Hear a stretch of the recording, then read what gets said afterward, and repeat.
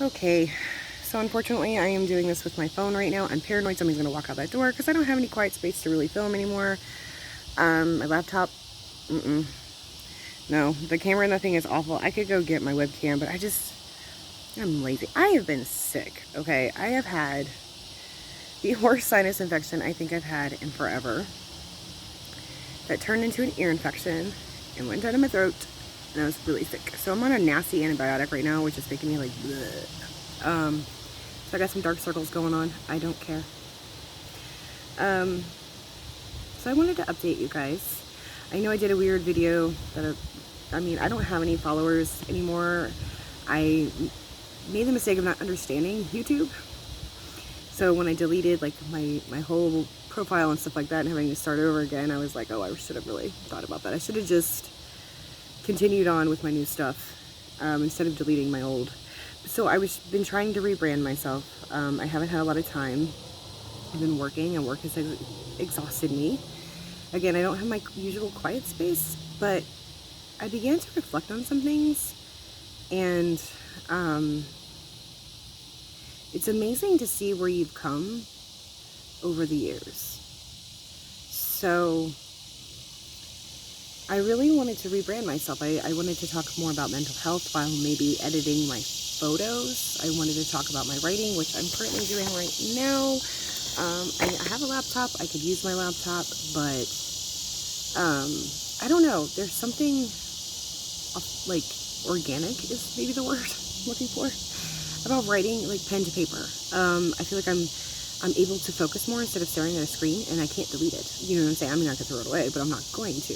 I don't know. It's a weird thing. Anyways, I think it's all up here with me. Anyway, but that's how I started my writing when I was a teenager. I started my writing because I was going through some very horrible things in my life that I could not vocalize. So writing to me became my outlet. I mean, I had a great imagination. I'm just now getting it back. It's been a while. I might touch on that later, but so there's that. And then photography was the same way. I didn't get into it because it was a moneymaker. I think I made a mistake with I did really well in Virginia.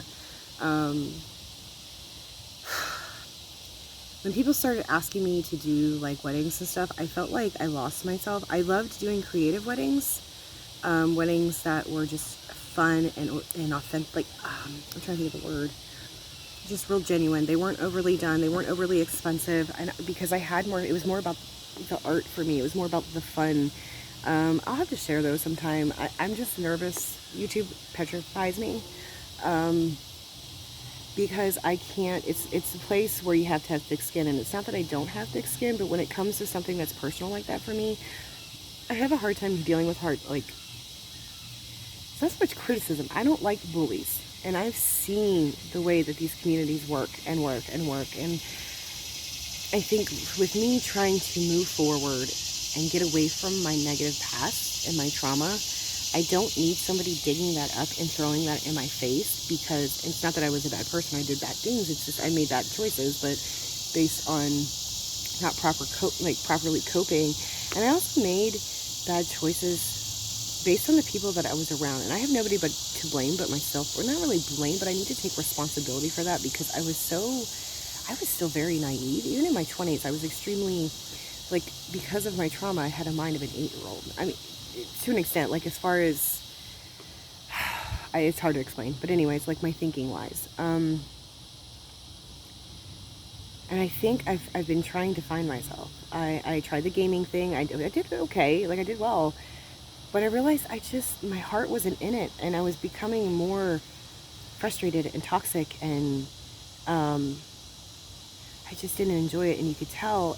So I think I was just trying to find myself, finding my right outlet. So when I started my YouTube a long time ago, years ago, it was right in the middle of when I was receiving treatment for my complex PTSD, which originally was diagnosed as bipolar disorder, which has now been gone because, I've gone through much therapy, and they're like, whoever diagnosed you with that is a fool. I'm no longer taking medication. Every now and then I take a hydroxyzine if my anxiety is really bad, but because of my Meniere's disease, I have to be very careful. So I've got that going on. So it's sometimes I get frustrated because, and I know I'm kind of all over the map, but I feel like I'll take one step forward and I take a gazillion steps back, But I've come a really long way. Like, I'm proud of myself, and I can actually say that. Like, I'm proud of where I'm at and who I've become, because 2 years ago I couldn't tell you who that person was going to be because I was petrified. I didn't know anybody else other than trauma, and torment and anger. And I still have some things, as I stated in my previous video, I still have some things that I really have to work on. But I am petrified to share my art online, because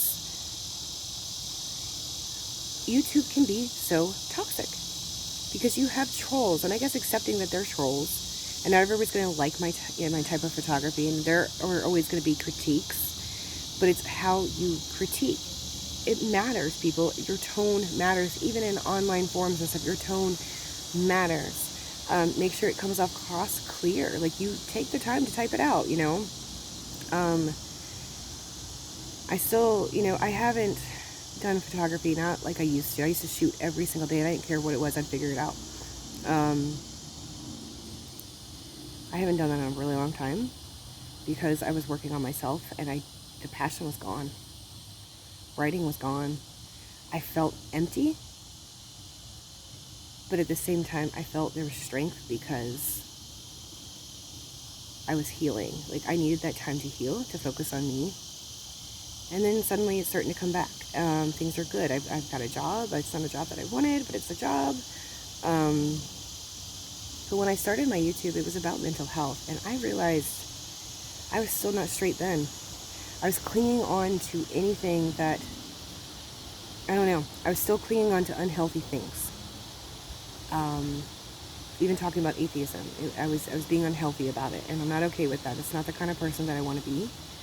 I'm striving to be a very calm and compassionate. If there's one thing people used to always say about me, I was the wasabi person, meaning like I was always the person to try to get everybody to get along, or to calm down, or to step away and think, even though I had my own little temper tantrum problems. But that's just something I have to work on with me. We're not perfect, you know. Having complex PTSD is not something that just goes away. A lot of my horrible learned behaviors, I have to learn to relearn things. How I think, how I react, dealing with my nightmares and stuff like that. I am working on my confidence. I feel very bad about myself a lot. I'm either too heavy, or I'm too old, or I'm too this, or I'm too that. I'm always dogging on myself, and I've got to stop. It's so unhealthy. It's so incredibly, incredibly unhealthy. I do, guys. I have a lot of trauma.